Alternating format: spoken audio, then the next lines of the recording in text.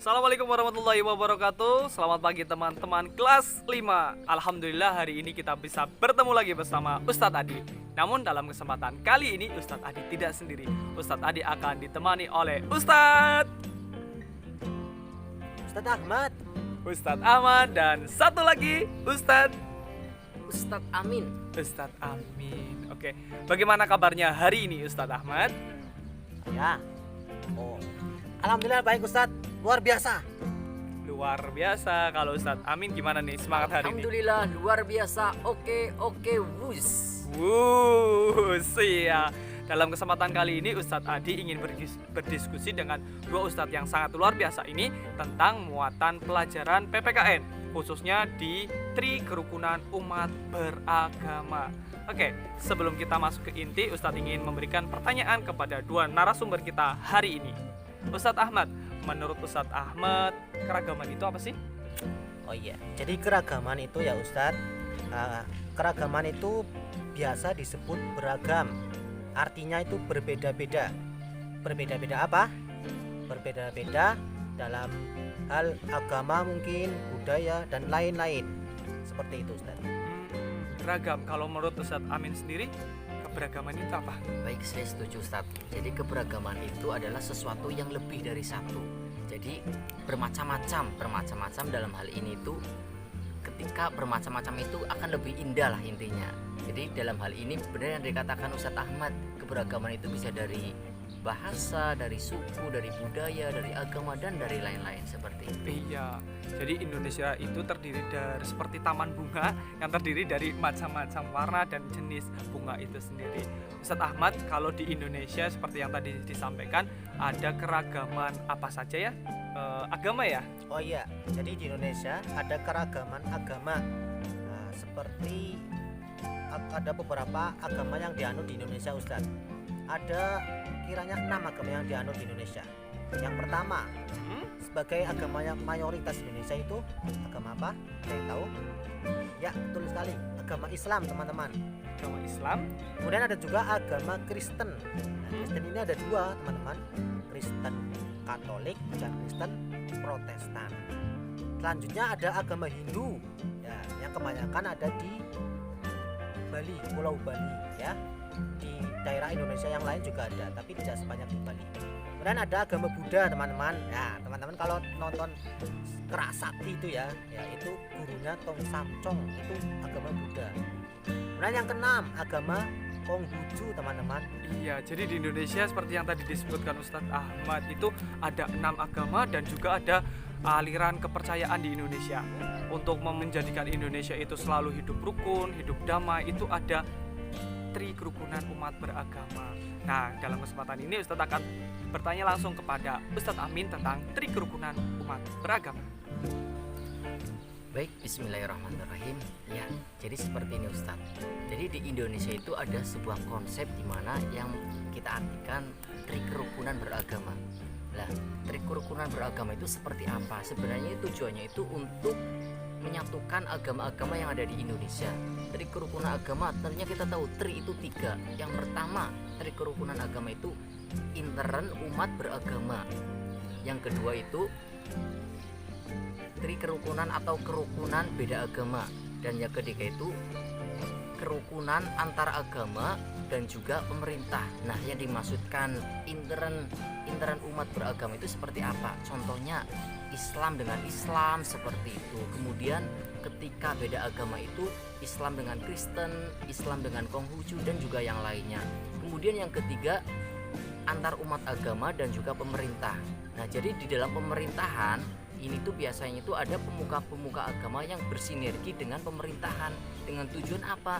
Dengan tujuan untuk menyatukan ketentraman yang ada di negara Indonesia seperti itu, Ustaz. Mungkin sedikit cerita seperti itu saja. Iya, jadi kita antar umat beragama di dalam agama Islam harus rukun sama orang Islam. Kemudian kita orang Islam, orang Kristen, orang Katolik, orang Hindu, orang Buddha harus rukun dengan dan juga dengan rukun dengan pemerintah supaya kehidupan kita tidak saling menyakiti walaupun kita berbeda-beda agama. Kemudian satu lagi Ustadz Amin, kalau kita bekerja sama dengan orang yang berbeda agama itu di dalam Islam diperbolehkan nggak sih? Ya, baik. Ketika kita berbicara hal itu, ketika kita berbicara bekerja sama itu nggak jadi masalah. Yang jadi masalah itu kalau semisal sudah menyinggung terkait akidah, seperti itu tidak boleh. Seperti yang dijelaskan dalam Quran surat Al-Kafirun, lakum dinukum waliyadin, untukmu agamamu dan untukku agamaku, seperti itu. Jadi kalau misal kita mau berbisnis atau itu nggak jadi masalah. Tapi kalau misal untuk membahas atau kayak terkaitan dengan akidah agama itu tidak diperbolehkan, seperti itu.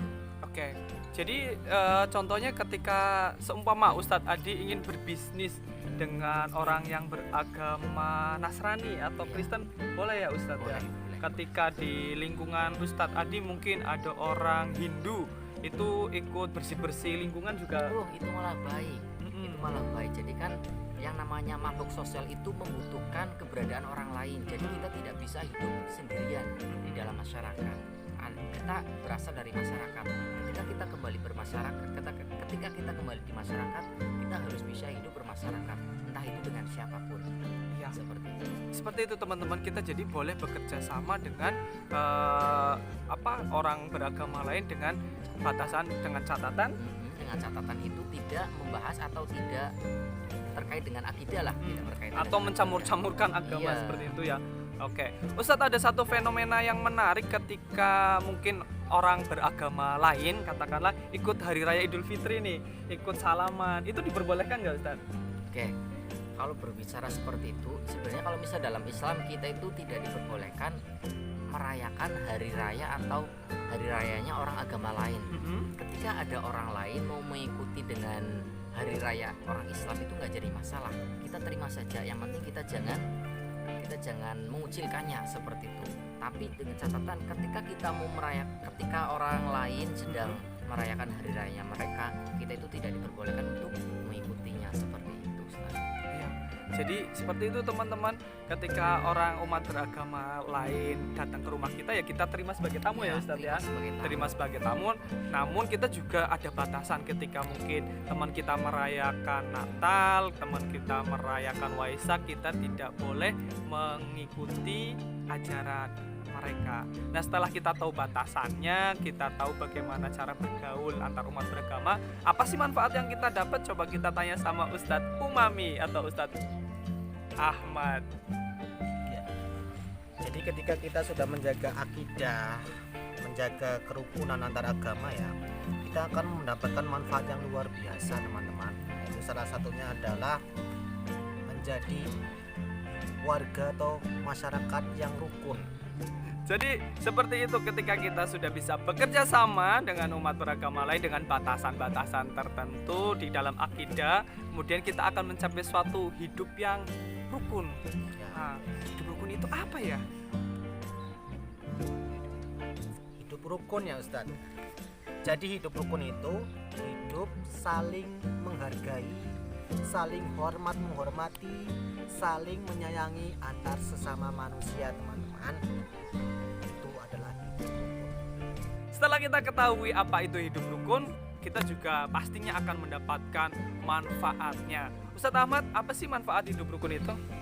Jadi teman-teman, ketika teman-teman sudah merasakan hidup rukun, teman-teman akan merasakan akan manfaatnya. Manfaatnya yaitu akan timbul rasa bahu membahu, timbul rasa saling tolong menolong dan terhindar dari perselisihan.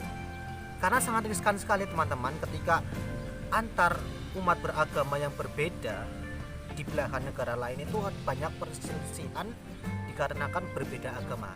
Tapi di Indonesia tidak teman-teman, karena ada tri kerukunan tadi. Seperti itu. Manfaatnya yang tadi sudah Ustaz sebutkan. Jadi, tri kerukunan beragama di Indonesia itu untuk menjaga kesatuan Bhinneka Tunggal Ika. Ya, baik teman-teman, terima kasih Ustadz ucapkan kepada Ustadz Ahmad dan Ustadz Amin. Oke. Bhinneka Tunggal Ika, berbeda-beda tetap satu jua.